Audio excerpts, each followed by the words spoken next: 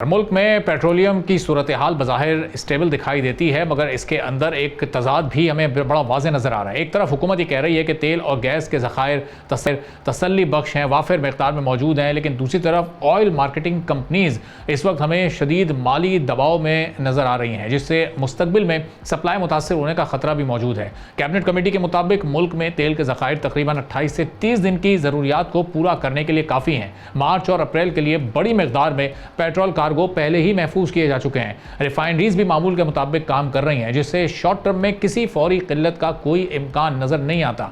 इसके अलावा हुकूमत मुख्तलिफ ममालिक से एक्सपोर्ट और G2G मुआहिदों के जरिए सप्लाई को यकीनी बनाने की भी कोशिश कर रही है। यानी सूरत हाल मुकम्मल तौर पर इत्मीनान बख्श है, लेकिन असल मसला प्राइस डिफरेंशियल क्लेम्स का नज़र आता है। इस वक्त प्राइस डिफरेंशियल क्लेम्स की सतह पेट्रोल पर तकरीबन 78 रुपये फ़ी लीटर और डीजल पर तकरीबन 176 रुपये फ़ी लीटर तक पहुँच चुकी है, और ये बोझ बराह रास्त ऑयल मार्केटिंग कंपनीज पर पड़ रहा है। इससे उनका मार्जिन कम होकर तकरीबन 3.4% हो गया है। फिस्कल ईयर 2025 में मुनाफा 39% बढ़कर 18.2 अरब रुपए हुआ था, मगर उनका कहना यह है कि यह इजाफा कम फाइनेंशियल कॉस्ट और टैक्स में कमी की वजह से था, ना कि कारोबारी बेहतरी की वजह से।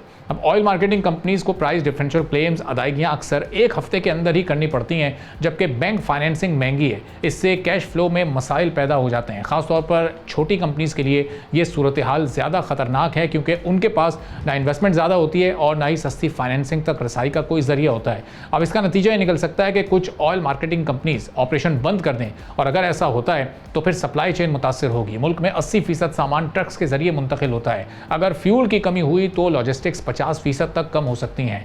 एक्सपर्ट्स के मुताबिक एक हफ्ते की किल्लत से GDP में 1 से 2% कमी और महंगाई में 5 से 8% तक इजाफा हो सकता है। ट्रांसपोर्ट किराए 30 से 50% तक बढ़ सकते हैं। फिर इसके साथ साथ टेक्सटाइल सेक्टर, जो एक्सपोर्ट्स का तकरीबन 60% है, वो भी शदीद मुतासर हो सकता है। एक्सपोर्ट्स में 10 से 15% कमी हो सकती है और 2 से 3 मिलियन मुलाजमतों को खतरा लाहक हो सकता है। इसी तरह एग्रीकल्चरल सप्लाई चेन भी मुतासर हो सकती है, जिससे अशिया खुरनोश की कीमतें बढ़ेंगी। फिर ओवरऑल ये मौजूदा सूरत हाल है कि अगर प्राइस डिफरेंशियल क्लेम्स का मसला जल्द हल ना किया गया तो सप्लाई का बहरान पैदा हो सकता है, चाहे पेट्रोलियम ज़खायर वक्ती तौर पर काफ़ी हो। अब इस मसले का हल क्या है और यह मसला क्यों इस वक्त संजीदा नहीं लिया जा रहा है, इसको हल नहीं किया जा रहा है, इस पर हम बात करेंगे। तारिक महमूद साहब, जो सीनियर वाइस चेयरमैन है oil marketing association of Pakistan, के हमारे साथ मौजूद हैं। बहुत शुक्रिया तारिक साहब, प्रोग्राम के लिए आपने वक्त निकाला।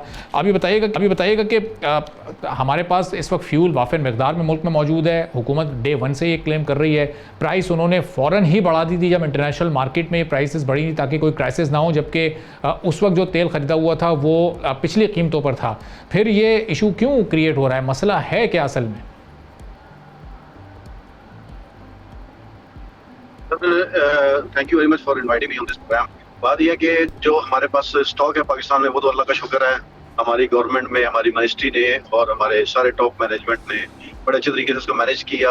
स्टेट ऑफ होमस से भी जहाज अब तो माशाल्लाह निकल आए हैं, और उधर से सऊदीया ने बड़ी सपोर्ट की, उससे भी हमारे जहाज क्रूड ऑयल के भी आ गए, और अब तो माशाल्लाह फिनिश प्रोडक्ट जो डीजल शॉर्ट हुआ था वो भी आ गया। अब इस सारे मामलात के बावजूद अगर वो प्रोडक्ट आ गया है तो हमें कोई मसला नहीं है माल होने का या प्रोडक्ट होने का। जो आपने प्राइस की बात की कि प्राइस बढ़ाई जाए, होता यह है कि सर पाकिस्तान में कोई तकरीबन 11-12 हज़ार फ्यूल स्टेशन है।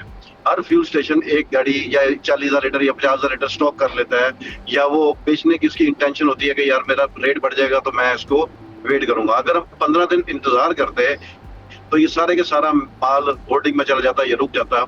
जैसे ही प्राइस चेंज हुई कि हमारी आम का पैनिक भी खत्म हो गया, और हमारे ये दूसरे लोगों का जो स्टॉकिस्ट अगर पे किसी ना किसी जगह पे होते हैं तो वो ऑटोमेटिक माल सुबह दूसरे दिन प्राइस चेंज होने के बाद सारा आ गया और अवेलेबल हो गया, जिसमें ओगरा ने बड़ी सपोर्ट की, जिसमें मिनिस्ट्री में तमाम एजेंसियों ने काफी सपोर्ट की, और इसमें मतलब इवन इस दफा तो इन्होंने ये भी इकदाम किए हैं कि जो गाड़ियां रोड पे थी वो गाड़ियां खड़ी भी नहीं हो सकती, पार्क भी नहीं हो सकती, वो फ्यूल स्टेशन पे जाके खाली करें और वहां से आवाम को प्रोडक्ट हर वक्त मिले। और जो हमारे पेट्रोल पंप थे, वो मैं खुद पंप पे मौजूद रहा हूँ रात को 2-3 बजे तक, सारी रात बेशक 7 डे पे लाइनें लगी रही है, लेकिन हम हर किसी को पेट्रोल देते रहे हैं, किसी का पेट्रोल रुका नहीं। सिर्फ वो एक माइंड में पैनिक सिचुएशन होती है जिसकी वजह से ये थोड़ा सा रश क्रिएट हो गया था, लेकिन दूसरे दिन पंप खाली पड़े हुए थे, जो जिसको जितना चाहिए था सबको मिल रहा है, और आज तक अनइंटरप्टेड सप्लाई मिल रही है। पाकिस्तान में कोई फ्यूल स्टेशन ऐसा नहीं है जो ड्राई नहीं है। अगर वो किसी लीगल इशू में आए या किसी स्मगलिंग का प्रॉब्लम भेजता है तो उसकी वजह से अगर वो पंप बंद हो तो वो है, अदरवाइज पूरे पाकिस्तान में जो पेट्रोल और डीजल है वाफर मिकदार में मौजूद है, पंपों में भी मौजूद है, कंपनियों के पास मौजूद है, और हमारे मुल्क में जो रिजर्व है वो भी मौजूद है। सही। तो तारिक साहब, ये प्राइस का जो प्रॉब्लम है ये क्यों आ रहा है? जो ये प्राइस जब डे वन बढ़ाए गए उस वक्त तो पुराने प्राइस पे ही आप लोगों की ट्रेड हो रही थी, उस वक्त जो स्टॉक आया हुआ था वो तो पिछले प्राइस पर था, वो फौरी तौर पर उसमें इजाफा हुआ। जब हम देख रहे हैं कि कीमत कम हो रही है तो उसका वो बेनिफिट भी लोगों को नहीं मिल पा रहा है। जब कीमत बढ़ी तो ऑलरेडी एडवांस में पैसे बढ़ाए जा चुके थे। ये जब क्रूड ऑयल की कीमत कम हो रही है तो उसका रिलीफ क्यों नहीं आवाम तक पहुँच पा रहा? सर, अभी इस टाइम जो प्राइस बनी हुई है उसमें अगर आज के इंटरनेशनल प्राइस से देखें तो 180 रुपए पर लीटर डीजल जो है वो गवर्नमेंट ऑफ पाकिस्तान सब्सिडी दे रही है, जिसमें हमारी असम्बली में और कैबिनेट ने मंजूर करके उनको कोई 20 से 23 बिलियन की सब्सिडी दी थी पहले हफ्ते के लिए। अब वो गवर्नमेंट अपने पास से अगर 180 रुपए आज की रेट में दे रही है तो इसका मतलब है कि आवाम को 180 रुपए का रिलीफ मिल रहा है। आपने ये देखा होगा कि हाई ऑक्टेन जो कि बड़ी गाड़ियों का पेट्रोल है उसके ऊपर जो सब्सिडी थी वो गवर्नमेंट ने वापस ले ली और उसका 200 रुपए रेट बढ़ गया। आज पेट्रोल पे और डीजल पे सब्सिडी मिल रही है। वो सब्सिडी के हमारे इंटरनल गवर्नमेंट के और ओएमसी के हालात वाकयात में काफी सारे मसाइल आ रहे हैं, वो भी मैं आपसे डिस्कस करूंगा। लेकिन आवाम को ये बहुत अच्छी सब्सिडी मिल के आवाम को ये रिलीफ मिल रहा है। अदरवाइज ये पेट्रोल आज ये भी 500 या 550 रुपए का होता और डीजल भी इसी तरह होता। सही। तो ये तारिक साहब, इसका मतलब कि ये 500 रुपये पर लीटर की प्राइस इस वक्त होती है जबकि आलमी मार्केट में तेल इस वक्त $100 फी बैरल है। जी बिल्कुल। तो अब जो $100 का बैरल हुआ है, गवर्नमेंट का जो कानून है या जो उसका रूल है, हर 15 दिन बाद वो प्राइस चेंज करते हैं। अब आज चूंकि उन्होंने 7 दिन बाद प्राइस चेंज की है तो अभी 7th डे आया नहीं है। उस दौरान में अगर 2 दिन में प्राइस चेंज होगी है तो उस प्राइस का इम्पैक्ट जरूर आएगा, लेकिन वो प्राइस कम होने का चांस इसलिए मुझे नजर नहीं आता, मतलब मेरा भी थोड़ा सा इस काम में हो गया, इसलिए नहीं आता कि गवर्नमेंट जब 180 रुपए अपने पास से सब्सिडी दे रही है और 40 रुपए रेट कम हो गया तो गवर्नमेंट अपनी सब्सिडी कम करेगी, अपने पास ही रखेगी और पेट्रोलियम की प्राइसेस कम करने के चांस कम है। लेकिन ये जो गवर्नमेंट दे रही है ये भी गवर्नमेंट का अवाम के लिए एक बहुत बड़ा रिलीफ है कि ये जब तक 180 रुपए नीचे नहीं आता तब तक वो प्राइस उसको नीचे करना मुनासिब नहीं है उसके लिए। अगर इसके बावजूद हमारे प्राइम मिनिस्टर साहब या हमारे मिनिस्टर पेट्रोलियम और जितने कैबिनेट है, ईसीसी है, वो अगर अप्रूव कर देते हैं कि जितनी सब्सिडी वही रहेगी, उसके बावजूद अगर कोई इम्पैक्ट आता है वो दे दे तो वो आवाम को कुछ रिलीफ मिल सकता है। अदरवाइज प्राइस में कोई मजीद रिलीफ मिलने का भी चांस नहीं। तो तारिक साहब, जब ये हालात बिल्कुल नॉर्मल थे, जब $64-65 फी बैरल पर ये ऑयल इंटरनेशनल मार्केट में मौजूद था और हुकूमत कोई सब्सिडी भी नहीं दे रही थी, तो पाकिस्तान में उस वक्त प्राइसेस 250, 252, 253 इसके अराउंड थे। $30 का इजाफा होता है, यानी 30% का इजाफा होता है। तो ये पाकिस्तान में कैसे 100% का इजाफा कंसीडर हो सकता है कि 250 से एकदम कीमत 500 चली गई और 180 रुपये हुकूमत को सब्सिडी की मद में देने पड़ रहे हैं? यहाँ भी 30% इजाफा होना चाहिए ना सर? इसमें एग्जैक्ट कैलकुलेशन होती है। इंटरनेशनल जो प्राइस है, प्लेयर्स की प्राइस की, जो इंटरनेशनल प्राइस जिस पे ट्रेड होता है फिनिश प्रोडक्ट, उसको एग्जैक्ट ये कैलकुलेट करके इम्प्लीमेंट करते हैं। ऐसा कोई बात नहीं है कि अवाम ने कुछ ज्यादा ले लिया या गवर्नमेंट ने कुछ कम ले लिया।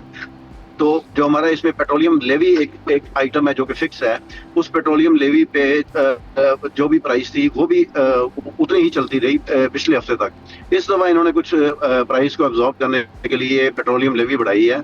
वो तो हमारा एज ऑयल मार्केटिंग एसोसिएशन एक हमारी डिमांड है, हमारी रिक्वेस्ट है गवर्नमेंट से कि OMC 70% जो है वो SMEs हैं, वो बड़ी OMCs नहीं है। जिस तरह अगर आप दूध ले लें, कोई भी FMCG की चीजें ले लें, उसमें SME का बड़ा किरदार होता है। तो 70% कंपनियां जो हैं वो SMEs हैं और उन SMEs पे अगर आप 180 रुपए का बर्डन डाल दें, अगर PL आपने कम नहीं करना और 180 रुपया उस पे PL का बर्डन डाल दें तो हमें वो पैसे पहले जमा कराने पड़ते हैं। समझ लें कि हमें 500 रुपया रिफाइनरी को जमा कराना पड़ता है और हमें 350 वो प्रोडक्ट भेजना पड़ता है, और जो ऊपर वाला 180 रुपया है वो हमें बाद में रिफंड मिलता है।